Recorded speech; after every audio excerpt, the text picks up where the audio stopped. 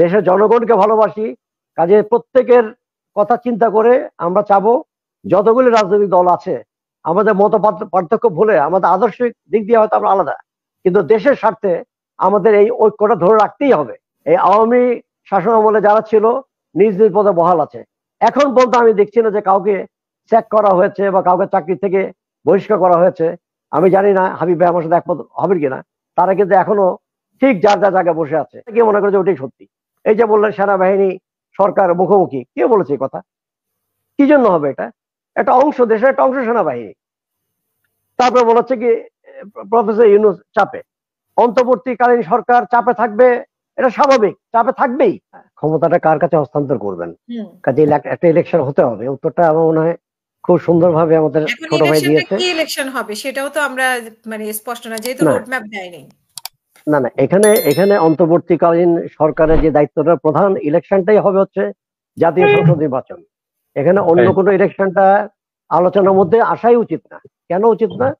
যে এই জন্য যে এই একটা ফ্যাসিস্ট সরকারকে কিন্তু পতন ঘটানো হয়েছে, এই ক্ষমতা থেকে সরানো হয়েছে একটা মাস, মানে সারা দেশের একটা আন্দোলন। এটা শুধুমাত্র ছাত্র না, তারা নেতৃত্ব ছিল, ভালো কথা। এখানে আমিও কিন্তু সে মিছিলে গিয়েছি। আই এম 67+, আমি নিজেও অ্যাটেন্ড করেছি। আই এম শিওর হাবিব ভাইও আন্দোলন ছিলেন, প্রত্যেকে ছিলেন। এবং যেখানে মা বাবারা দেখছে তাদের সন্তানরা গুলি খেয়ে আহত হচ্ছে, মারা যাচ্ছে, মা বাবারাও নেমে গেছে। কাজে এই আন্দোলনটা ছিল বাংলাদেশের ইতিহাসে আমার মনে হয় এই সাবকন্টিনেন্টের মধ্যে সর্ববৃহৎ আন্দোলন, যেটার মধ্যে স্বতঃস্ফূর্ত ভাবে প্রত্যেকে অংশগ্রহণ করেছে। এনসিপি এখন এখানে ক্রেডিট দিচ্ছে, আমরা তাদেরকে ক্রেডিট দিতে চাই। তারা আমাদের সন্তানের মতো। ইভেন তাদের যে এল্ডেস্ট যে আছে না, নাহিদ, এখন যে আহ্বায়ক, সে আমার ছোট সন্তান থেকে বয়স কম তার। তো ভালো কথা, তাকে আমি ক্রেডিট দিতে চাই।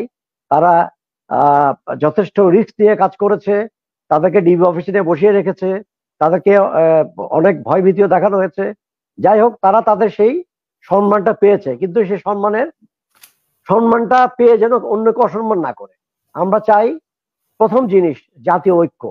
আমরা এই হাবিব ভাই মনের ক্ষোভে অনেক করে কথা বলেছেন জামাত সম্পর্কে বা অন্যদের সম্পর্কে বলেছেন, এটা মনের ক্ষোভ থেকে আসবেই, স্বাভাবিক ব্যাপার। উনি অনেক আন্দোলন করেছেন এবং নিপীড়নের শিকার হয়েছেন, জেলে গিয়েছেন, অ্যারেস্ট হয়েছেন, যেটা আমরা জানি। তো কাজে মনে ক্ষোভ থাকবে। জামাত ইসলাম কটা সিট পেয়েছে সেটা উনি ব্যাখ্যা করেছেন, আমি সে ব্যাখ্যা যাব না। তবে আমি অনুরোধ করব, আমি একজন ক্ষুদ্র মানুষ, আমি আমার দেশকে ভালোবাসি, দেশের জনগণকে ভালোবাসি, কাজে প্রত্যেকের কথা চিন্তা করে আমরা চাবো যতগুলি রাজনৈতিক দল আছে আমাদের মত পার্থক্য ভুলে, আমাদের আদর্শিক দিক দিয়ে হয়তো আমরা আলাদা, কিন্তু দেশের স্বার্থে আমাদের এই ঐক্যটা ধরে রাখতেই হবে, যাতে করে আমরা একটা সুন্দর একটা নির্বাচন পাই। আপনি যদি 2009 সালের পরে যে ইলেকশন গুলো হলো, 14, 18 এবং 24, একটা মানুষও ভোট দিতে যেতে পারে নাই। আমি সেনাবাহিনীতে যত বছর চাকরি করেছি, আমি রিটায়ারমেন্টে এসছি আপনার 2012 সালের 24শে জুলাই। আমি কিন্তু তার আগে কোনোদিন ভোট দিতে যেতে পারিনি। ভাবলাম যে এবার ভোট দিতে যাবো, সে ভোট দেওয়ার সুযোগও পাইনি। একটা কেন্দ্রে গেলাম, যেখানে আমার কেন্দ্র ভোট দেওয়ার ধানমন্ডি, আমি সেখানে গেলাম, গিয়ে দেখলাম আমার যখন ব্যালট পেপার চাইলাম, আমি 2018 কথা বলছি, আমার ব্যালট পেপার আধা ঘন্টা খুঁজে পাই না। কেন? ভোট সব হয়ে গেছে আগেই, রাতের বেলা। এটা তো আমরা প্রত্যেকে জানি। আমি আমার ওয়াইফ দুজনে পরে আমি আমারটা ফিরে আসলাম, সামাও রাধা তারা একটা পেপার নিয়ে আসলো, স্যার এখানে সিল মেরে দেন। আমি যে ওয়াই, আমার ছবি কই? ছবি তো নাই। আমার ছবি থাকতে হবে, আমার ব্যালট নাম্বার, এই যে আমার ব্যালট নাম্বার আছে, এই যে আমার ন্যাশনাল আইডি আছে, ওয়ার ইজ মাই পেপার? তো আলটিমেটলি যেহেতু আমার পরিচয় পেয়ে গেছে, তো তারা, আমি বললাম যে okay, I am going to complain against you, আমার ব্যালটটা কোথায়? তো যেহেতু এলাকার প্রত্যেকে চেনে, যাদেরকে আমরা হয়তো সন্তান তুললো, তারা বলে যে আঙ্কেল আপনি কাইন্ডলি এটা নিয়ে কথা আর না বলাটাই ভালো। তা আমি দেখলাম যে ঠিক আছে, ওরা চাচ্ছে এরকম হয়ে যাক। এখন কথা হচ্ছে যে এরকম নির্বাচন তো আমরা চাইনি কখনো। আমরা চাই একটা পরিচ্ছন্ন পরিবেশ, যেখানে মানুষ স্বতঃস্ফূর্ত ভাবে বাসা থেকে যাবে এবং তারা তাদের পছন্দের প্রার্থীকে ভোট দিতে পারবে। সেই পরিবেশটা টুকু আমরা তৈরি হয়ে আমরা নির্বাচনটা দেওয়ার ব্যবস্থা করা হোক। কিন্তু এমন কোনো নির্বাচনের মাধ্যমে এমন কোনো পার্টি ক্ষমতা না আসুক যেন আরেকটা আওয়ামী লীগের মতো পার্টি সৃষ্টি হয়, এখানে আরেকটা ফ্যাসিস্ট সরকার যেন জন্ম না হয়। সেই সংস্কারটুকু আমরা চাই। সেই সংস্কারের মধ্যে 3টা দিক আমি উল্লেখ করতে চাই। সেটা হচ্ছে আপনার প্রশাসনিক সরকার, তারপর হচ্ছে আপনার বিচার বিভাগের সংস্কার, এখানে অনেক পার্টির লোকজন বিচার বিভাগের বিভিন্ন বিচারক পদে বসে আছেন। তাদেরকে বিচার বিভাগে যেহেতু এখন সুপ্রিম কোর্টের বিচারপতির অ্যাপিলেট ডিভিশন, আমি বলবো খুব সুন্দরভাবে এটা আছে, এবং হাইকোর্টের নতুন যারা বিচারপতি নিয়োগ পাচ্ছেন তারা আমি মনে করি যোগ্যতার ভিত্তিতে পেয়েছেন।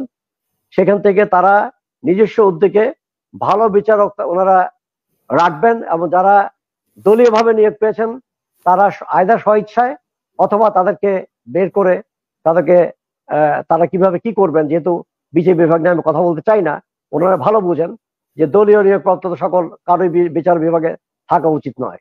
একইভাবে প্রশাসনে এখনো ঘাপটি শুধু মারা না, প্রকাশ্যে ঘুরে বেড়াচ্ছে প্রশাসনে, সচিব বলেন, এডিশনাল সেক্রেটারি বলেন, এই আওয়ামী শাসন আমলে যারা ছিল নিজ নিজ পদে বহাল আছে। এখন পর্যন্ত আমি দেখছি না যে কাউকে চেক করা হয়েছে বা কাউকে চাকরি থেকে বহিষ্কার করা হয়েছে। আমি জানি না হাবিব ভাই আমার সাথে একমত হবেন কিনা, তারা কিন্তু এখনো ঠিক যার যার জায়গায় বসে আছে, এই জায়গায় কোনো সংস্কারই করা হয়নি। এটা দ্রুত করা উচিত।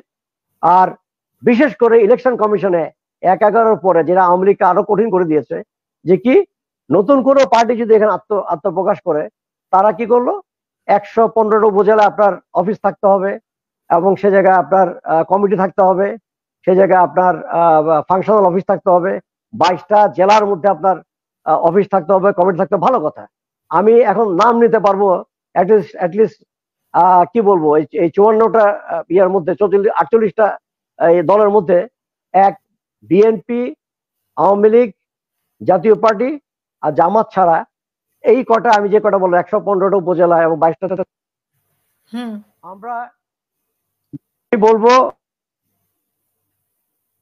আমি বলতে চাই যে কেউ যদি তার নিজস্ব ডিস্ট্রিক্ট থেকে একটা পলিটিক্যাল পার্টি লঞ্চ করে এবং তার ডিস্ট্রিক্টটাকে সে পলিটিক্স দিয়ে করে উন্নতি করতে চায়, তাকে সেই সুযোগ দেওয়া উচিত।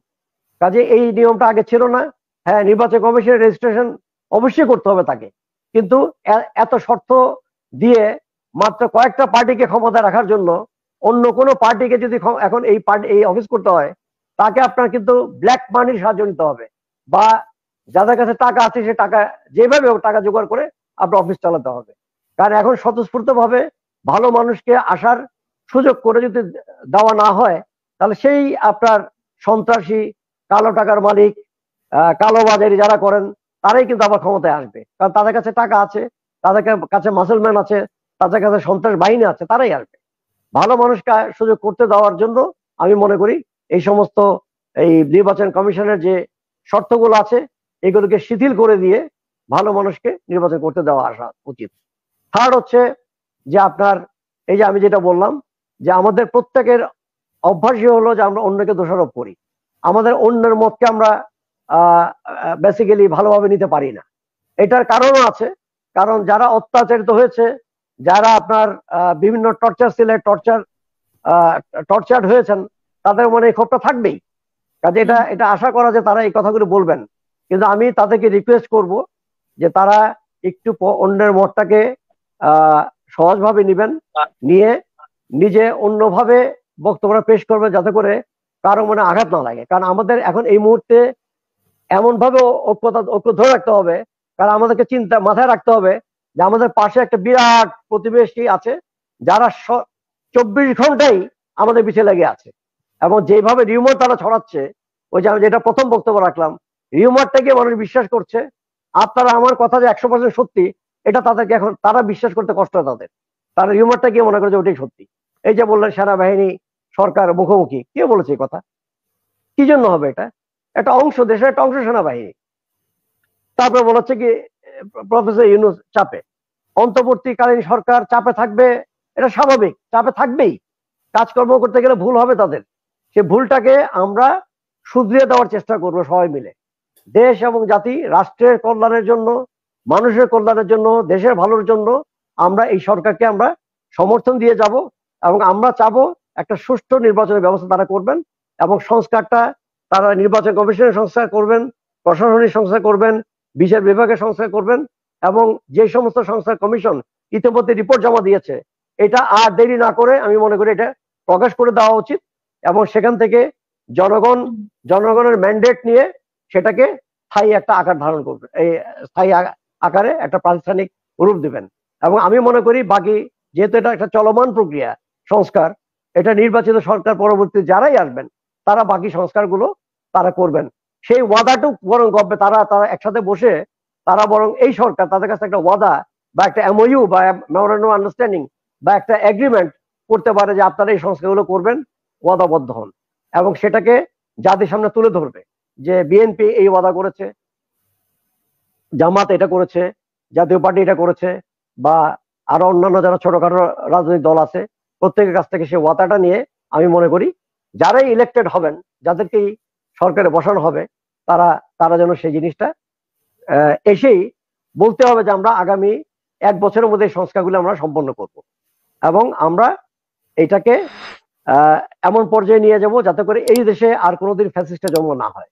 কারণ যতদিন ক্ষমতায় থাকবে মানুষ, ক্ষমতায় যত বেশি থাকে তখন তারা ওই আপনার ক্ষমতার মোহটা এমন জিনিস, কেউ চেয়ার ছেড়ে চলে যেতে চায় না, চেয়ার ধরে রাখতে চায়, আঁকড়ে ধরে রাখতে চায়। কাজে আমরা চাই যে ক্ষমতার মোহ ত্যাগ করে দেশকে ভালোবাসতে হবে, দেশের মানুষকে ভালোবাসতে হবে এবং দেশের মানুষের কল্যাণে আমাদেরকে যা কিছু করার প্রয়োজন তাই করতে হবে।